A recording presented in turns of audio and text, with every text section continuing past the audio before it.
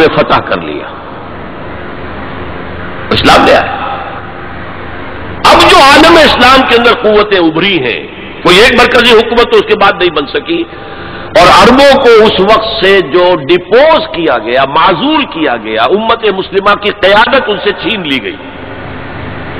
اور یہ وہ بات تھی کہ جو بالکل شروع میں سورہ محمد صلی اللہ علیہ وسلم کہہ دی گئی تھی، ان تتولوا یستبدل قوما غیرکم، اگر تم پیٹھ دکھا دو گے اس مشن کو جو ہم نے تمہارے حوالے کیا ہے تو اللہ تعالیٰ تمہیں ہٹا کر کسی اور کو لے آئے گا۔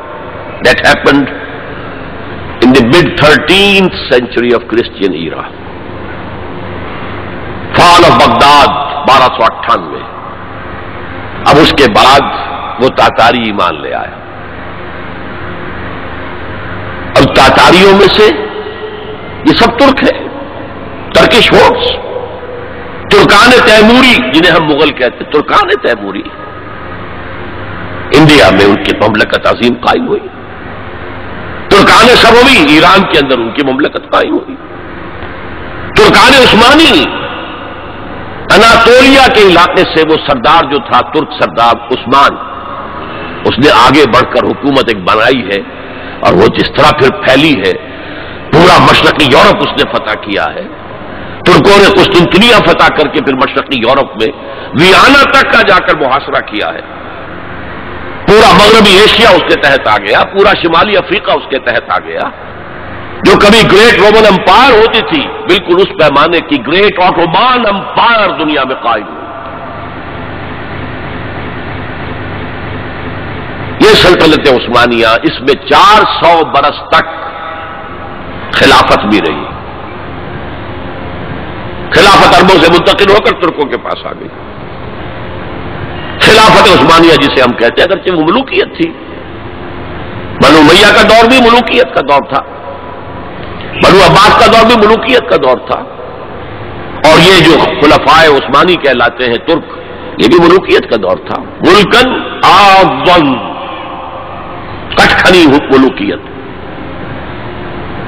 یہ دور جو ہے یہ کافی طویل رہا ہے، 400 برس تک تو خلافت بھی رہی،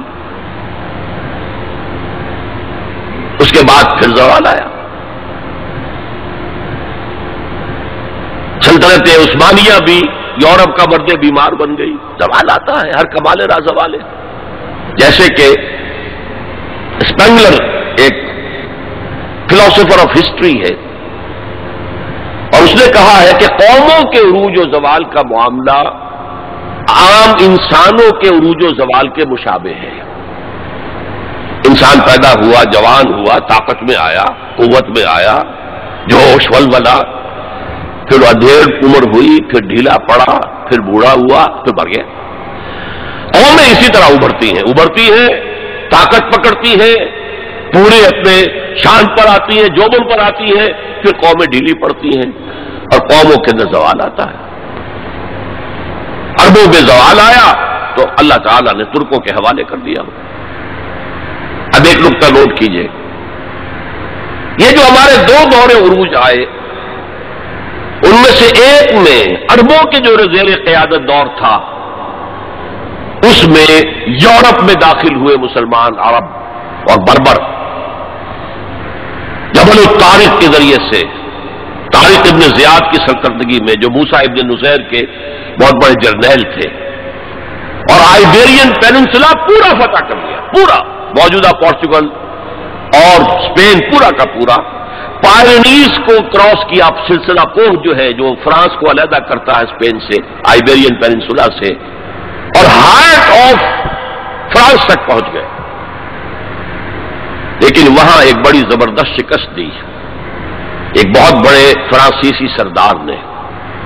یہ 732 کا واقعہ ہے، حضور کے انتقال کے 100 برس بعد، 632 میں حضور کا انتقال ہوا، 732 میں بڑی زبردست شکست ہوئی۔ حالانکہ جبکہ یہ سیلاب جا رہا تھا تو عجیب بات ہے جو آپ نے شاید کبھی نہ سنی ہو، انگلینڈ میں شہنشاہ تھا ایمپرر ہوسا، HOSSA،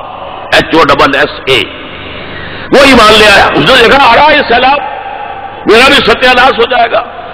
پورا آئیبیرین پیننسلا ان کے سامنے جو ہے وہ پامال کر چکے ہیں، وہ اسلام لے آیا، اس نے وفد بھیج دیا اسپین میں کہ میں تو اسلام لے آیا۔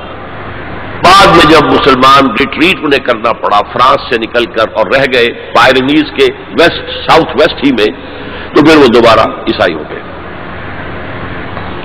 بہرحال دوسرا ہمارا دور جو ہے، اس کے بعد جو زوال کا دور شروع ہوا ہے، دیکھیے جیسے یہودیوں پر یورپ کی طاقتیں آئی تھی، لیکن وہاں صرف یہ فرق ہے کہ Eastern Europe, the Greeks and the Romans, ہم پر جو آئے وہ ویسٹرن سینٹرل یورپ کے لوگ آئے۔ ایک بات نوٹ کر لیجئے، ہسپانیہ کی یونیورسٹیوں نے یورپ کو بیدار کیا، ورنہ اس سے پہلے یورپ ڈارک ایجز، وہ خود کہتے ہیں ہماری تاریخ کا سیاہ دور، پوپ کی حکومت اتنی شدید تھی، اتنی متشدد تھی، سائنس کی تعلیم حرام، فلسفے کی تعلیم حرام، کسی گھر سے اگر سائنس اور فلسفے کی کتاب نکل آئے گھر جلا دیا جائے گا۔ مسلمانوں کے ذریعے سے جیسے ہمارے نوجوان جاتے ہیں امریکہ پڑھ کر آتے ہیں، آتے نہیں وہیں بیٹھ جاتے ہیں، وہ تو اکثر و بیشتر واپس نہیں آتے، لیکن یہ لوگ آتے تھے۔ اسپین کے بالکل ساتھ فرانس ہے، اس کے ساتھ جرمنی ہے، اس سے نیچے ملتا ہوا جو ہے اٹلی ہے، ان تین ملکوں کے نوجوان آتے تھے۔ یونیورسٹیز آف ٹولیڈو، تولیتلا، یونیورسٹی آف کارڈووا، قرطبہ، یونیورسٹی آف گراناڈا، غرناطہ، یہاں سے پڑھ پڑھ کر جاتے تھے۔ اسی کے تحت، اسی کے اثر کے تحت ریفارمیشن شروع ہوئی، اصلاح مذہب اور احیاء العلوم شروع ہوا، لیکن بدقسمتی سے اس پوری تحریک میں پوپ کے تشدد اور غلط طرز عمل کے رد عمل کے طور پر مذہب دشمنی آ گئی، جو مذہب کو ہٹاؤ ان کو، اور یہودیوں نے اس جلتی آگ پر تیل کا کام کیا، سیکولرزم کا انجیکشن لگایا تاکہ مذہب اور ریاست علیحدہ ہو جائے۔ اگر مذہب کا ریاست سے کوئی تعلق ہے تو پھر ہماری کیا حیثیت ہے؟ ہم تو یہودی ہیں، مائنیوٹ مائنورٹی ہے۔ اگر مذہب علیحدہ، سیاست علیحدہ، ریاست علیحدہ، تو ہم بھی مکمل شہری ہیں، برابر کے حقوق ہیں، یہ انہیں سوٹ کرتا تھا۔ پھر انہوں نے پوپ کا جب تک حکومت تھا تو سود ہر سطح پر ہر نوعیت کا حرام تھا، یوزری بھی اور کمرشل انٹرسٹ بھی حرام، لیکن انہوں نے عیسائیت کے دو حصے کیے۔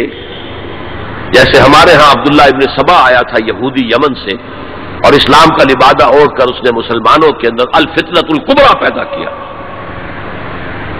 اور اس وقت سے جو ہمارے ہاں شیعہ سنی کی تقسیم ہوئی ہے وہ آج تک ہے۔